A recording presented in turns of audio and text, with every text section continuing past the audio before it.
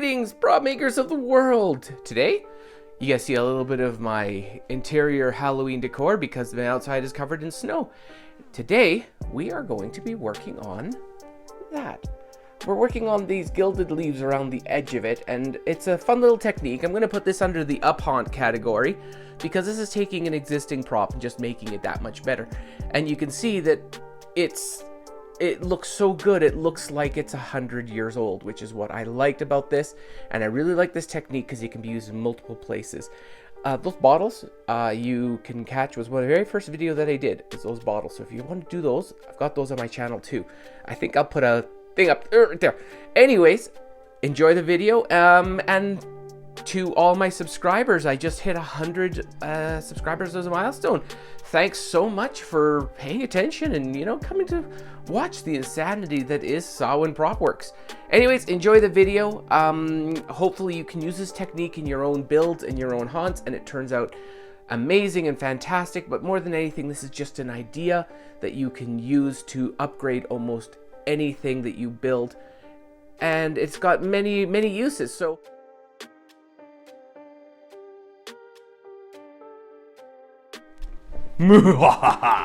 greetings, everyone. So this is going to be a tutorial to do the leaves around the edge of this blow molded plastic Halloween decoration. You've seen these everywhere. This one I think I got at Thrift Village in Canada, but it's not an uncommon thing, and a lot of them have this plastic ridge on the edge, which, while this looks fantastic, I don't like how this looks, and I never have. I know you can go in there and trim it off, but then you lose a whole bunch of strength. So as you saw at the beginning of the video, I put the leaves on the side. Now, that's what we're going to do. This is actually a really quick little tutorial, but it can be used for a lot of different things on pictures. It just adds a little bit of almost a classic look to things very quickly. So anyways, we'll get right into it. So what you want to do is you want to have some card. This stuff I picked up at the dollar store. It's not ridiculously thick. It's got a bit of thickness to it. You don't want to be thin paper, but you also don't want to have to fight it because you're going to be cutting through quite a few of these at once. So now you need a white pencil crayon, and then what we're going to do is we're going to fold this in half. And you know what, you'll get into the flow of this real quickly because you'll know what kind of leaves that you want to build and what kind of leaves you don't want to build. And here we go. And that is my coffee pot saying that it is done. Okay, so what you want to do is you want to take a piece of card like so. And this mileage will depend on how strong your hand is. That might be too many. So we'll go to there, because you don't really want to be cutting more than 4 at once. And then what you'll do is you'll take your pencil crayon or your pen or whatever, just something that's going to show up on the black. And we're just going to build a leaf. Now, when you build these leaves, they don't have to be perfect, as you can see there. But you want to think about the curve. You want them to be curved a little tiny bit so they're not just flat, because the curve will lend itself really well to how it fits on that plastic lip. And now what we're going to do is we're just going to do a couple more and take advantage of the space that you have. So, you know, if you've got, oh, look at that, my pencil crayon broke. Of course it would.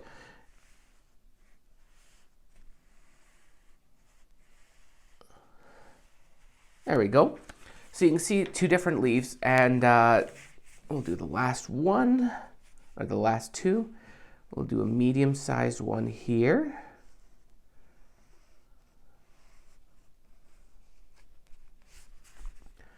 But you can see that it's not a specific art form. It's very much freehand. Don't worry about it too much. Just make it look different. And this is one of the benefits, is because you're only cutting 4 leaves at a time, your leaves will end up looking very different because you don't do the exact same thing each time. So now, you see I've got this folded. I should have done this a little bit differently because it's best to have, you want these folds to stay together, but even if it drifts a bit, who cares?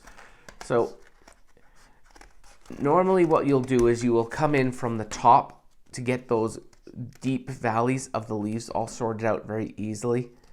And if it's not perfect, you don't have to worry, because this is not an exacting art. This is more just, it looks close enough. That'll work for me. And now you go through. I'm just going to do one leaf, and then I'm going to go through and show you what to do with the rest of them. So we go like this. And just like, that's actually a pretty good chunk of cardboard there. So now when you're done, you'll cut those out, and you will have 1, 2, 3, 4. And now what's really nice is if you just avoid the one with the white pencil crayon, even then it's not that big of a deal. You technically have, you flip them over, if I could actually get them, my finger underneath it. So you flip them over, and now you have 2 left-hand side leaves and 2 right-hand side leaves.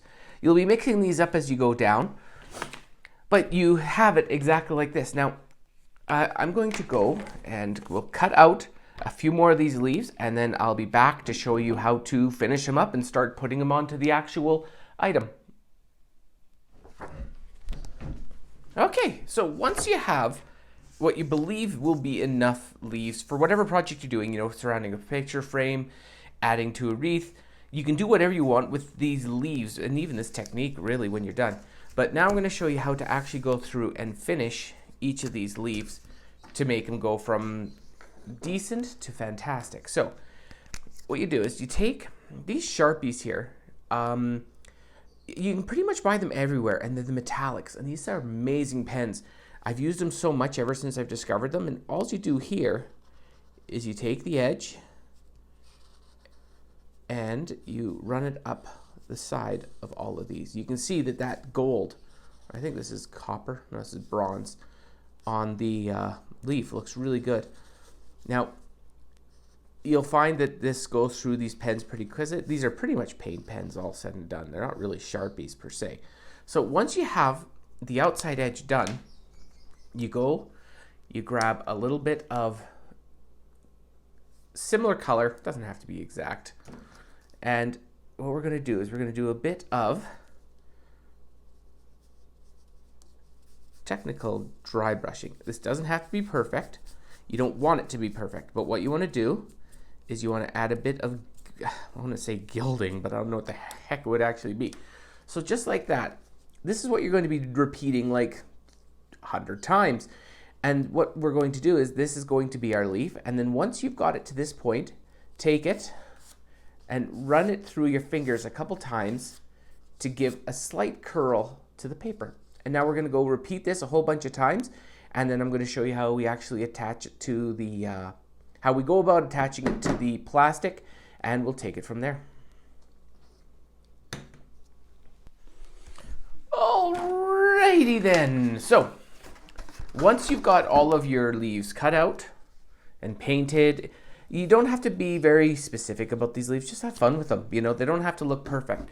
Now I'm going to rotate this to a point where the camera can hopefully see it. That looks pretty good. So now what I've done here is this here is my very first leaf. Because it's more central, I set it up as such. So now what you do is, this is just straightforward. You put a little bit of glue down where it's supposed to go. Take your leaf and stick it on. The center one's easy because, of course, it doesn't have to be fighting anything. Now, from this point on, what you want to do is you want to start grabbing some of the smaller leaves, because you want to go from small leaves to big leaves. And what we're going to do is we're going to go down this one side here. Hopefully, like I said, this can come through because it's an odd angle for me to be working at. So now what I'm just going to do is I'm going to look through my leaves and say, oh, that one looks good. And now I want to have this where these curve up to the middle. So just one second here. I'm just going to move my hot glue a little bit closer. So now, and this is really personal opinion on how you do these and how much spacing you do on them and how much you want them to be like all over the place. But for now, this is just a matter of looking, saying, yeah, it looks pretty good, and sticking the leaf down. Now, you start at the top, The main reason you start at the top, is hopefully it shows, is you want the leaves to overlap. So you always start at the lowest point and you move up and around from there. So you see it's almost too much of an angle, but it's not the end of the world, because what I'm going to do is as I go down, I'm going to correct that a little bit here and there to get it to where I want it. Now, this is where your choice on how many leaves you make and how tight the spacing is, completely up to you. There's no right or wrong way of doing this. It's mainly about just going through and having fun doing it. And I find that this technique, well, it's really a technique, can be used on so many different things. And just like that, I'm just going to curve those up. And when you're done, you can go through and you can curve them up again. I just want to see how that looks. Yeah, it's looking pretty good. And now we just continue on. So I'm going to quit talking. I'm going to go through this, and I'll talk to you when I'm all done.